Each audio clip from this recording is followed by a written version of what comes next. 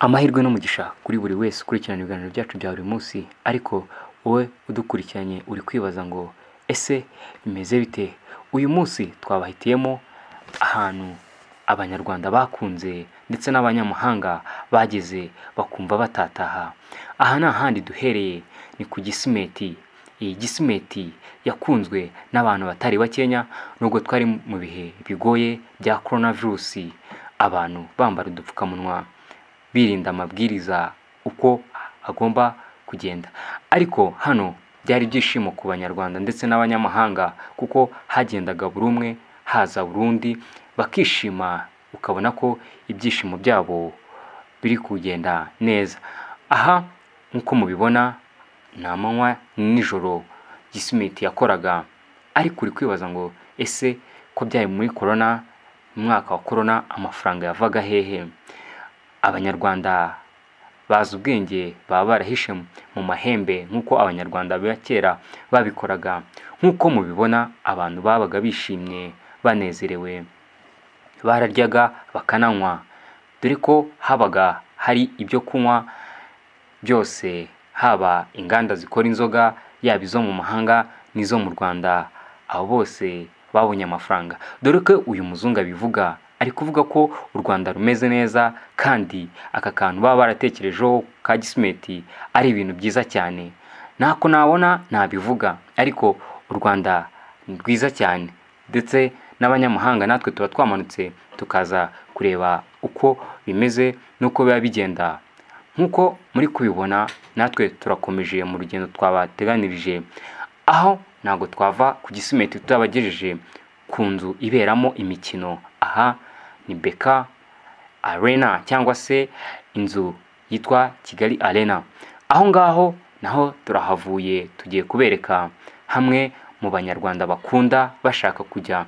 Bamwe mu bana ndetse n'abakuru bajya bifuza kujyayo bagiye kureba ingagi. Nk'uko muri kubibona muri iyo misozi muba murebera kure cyangwa mwumva mu makayi, mu bitabo, ni mu birunga turi kubereka uko bimeze. Uko muri kubibona kiriya kirunga cyo hejuru muri kubona ni Sabyinyo. Niyo mpamvu twafashe uyu mwanya wo kubatembereza, kubereka buri kimwe cyose gikorerwa muri iki gihugu, kandi abanyarwanda bose bifuza kubona, yewe n'abanyamahanga bahagera bakifuza kudataha. Ibi birunga biri mumwe mu mutungo igihugu gifite kinjiza amafaranga menshi, ariko munyemerere dukomereze mu isi y'imyidagaduro. Iyi ni stade mpuzamahanga, kuko muri Afurika iyi stade irakunzwe, abenshi bayitabiraho imikino igiye itandukanye. Iyi ni stadium ya Rwanda Cricket, cyangwa se abazi umukino wa cricket. Nk'uko muri kubibona itatswe n'indabo nziza, jaride nk'uko mubiruzi, dore ko gate yayo muri kubibona hubatse neza.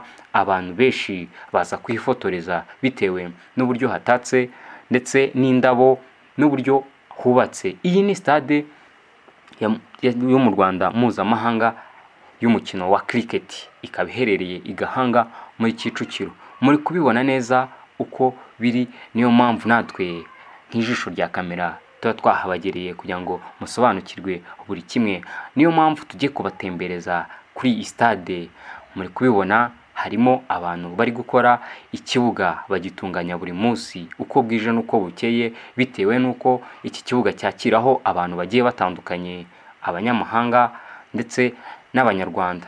Aha ni mu rwambariro rwabo, cyangwa se muri sale aho bigiramo ibintu bigiye bitandukanye. Muri kubibona aha ni hamwe mu hantu hakunzwe cyane, hagendwa n'abantu bagiye batandukanye, yaba ari abakina umupira, yaba ari abakina imikino itandukanye, yaba abashaka kwifotoza. Nk'uko mubibona, aba ni abakinnyi baba bitabiriye iyi mikino ya cricket. Abenshi bari kuvugana n'umukoca wabo, bagiye mu myitozo, bari guhabwa iby'ingenzi mbere y'uko bagera mu kibuga.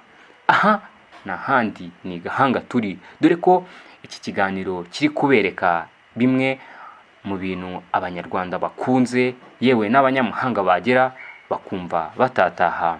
Iyi ni stade mpuzamahanga ya cricket i Kigali i Gahanga mu karere ka Kicukiro. Niyo mpamvu twahisemo kubereka buri hamwe. Aha naho baba bari kurebera imikino mpuzamahanga bari kubaha amabwiriza.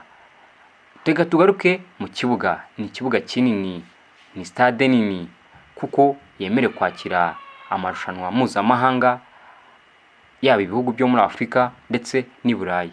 Abakinnyi ngaba bari guhabwa ibikoresho, muri kubabona bambaye imyenda myiza, bambaye imyenda y'ubururu, ubururu budapika cyane.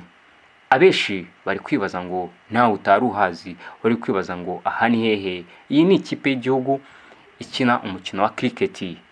Ubwo twabasangaga hano bari mu mwitozo, ndetse twavuganye n'umukoci wabo ubwo yari kuganira n'umukinnyi kapiteni, muri kumubona mu kibuga. Na amabwiriza ari guhabwa kuko bari hafi kwitabira irushanwa rizabera hano mu Rwanda ry'imikino ya cricket. Aha ni Kicukiro, muri kubibona twabegereye tubereka ibikoresho bimwe na bimwe baba bari gukinisha, harimo nk'amaga, harimo na bya biti wagira ngo bakinisha baseball. Ni ibintu byinshi cyane bigiye bitandukanye murabonera muri iyi video. Nawe udukurikiye waza kwandika comment, ukanasharinga, ugakora na subscribe mu ibara ry'umutuku. Iyi ni stade nkuru yo mu Rwanda y'imikino ya cricket, muri kubibona ikitabiramo abakobwa, abahungu, bose ni ingero zose zishimira umukino bitewe n'ubwiza bw'iyi stade uhari. Ariko munyemerere dukomereze mu bindi bice bigiye bitandukanye. Uri kwibaza ngo ese na handi abanyarwanda bakunda n'abanyamahanga bakasha kuhagera bakaba bifuza kudataha. Reka murebe ibikurikira, ariko wowe udukurikira waza kwandika ubutumwa bwinshi cyane bugiye butandukanye, yaba muri comment, yaba mu bindi bigiye bitandukanye. Aha ni ikibuga gikuru cyo mu Rwanda gikinirwaho umukino wa cricket nk'uko mubibona. Reka mudufashe dusohokemo. Aha ni mu marembo twinjiriyemo, ariko tukaba twongeye kuyasohokeramo tubasha kugira ngo tugende tubereka ibindi bintu bigiye bitandukanye. Aha nk'uko nabibabwiye, naho twinjiriye mu marembo yo hirya areba mu Bugesera. Winjira muri iyi stade uba wazengurutse wagiye kureba hirya uko biba bimeze. Aha ni hamwe nababwiye muri ya sare baba bicayemo, baba bafatiramo amabwiriza, amawayiza. Ariko hano nk'uko mubibona barimo barapima abantu indwara, kuko abakinnyi ubuzima bwabo aba ari ubw'imena, kuko bukurikiranwa buri munsi. Nk'uko mubibona, muri kubibona bimwe nagiye mbabwira hejuru tugenda dutambukire, nk'uko nari ndi kubereka mu karere ka Karongi bimwe mu bintu abanyarwanda bakunda n'abanyamahanga. Reka tugaruke i Kigali. Ni vibe y'i Kigali, buri muntu wese yifuza ko ibi bihe iyo yagiye muri iyi siporo ya nijoro, morning run line, i Kigali umuntu atifuza gutaha, dore ko abantu bagiye batandukanye baba bavuye imihanda n'imihanda. Nk'uko mubibona ni abantu benshi bitabiriye iyi siporo bagiye batandukanye, abavuye Kicukiro, abavuye Nyarugenge, abavuye Gasabo, ariko bagahuriza hamwe hano Kimihurura hafi na convention. Uyu ni umwe mu mihanda aya masaha uba wafunzwe, ariko ntago n'ahangaha twahirengagiza kuko haba hari urujya n'uruza rw'abantu bitewe n'ibyo baba bakora. Mwari muri kumwe nanjye MC Karanga.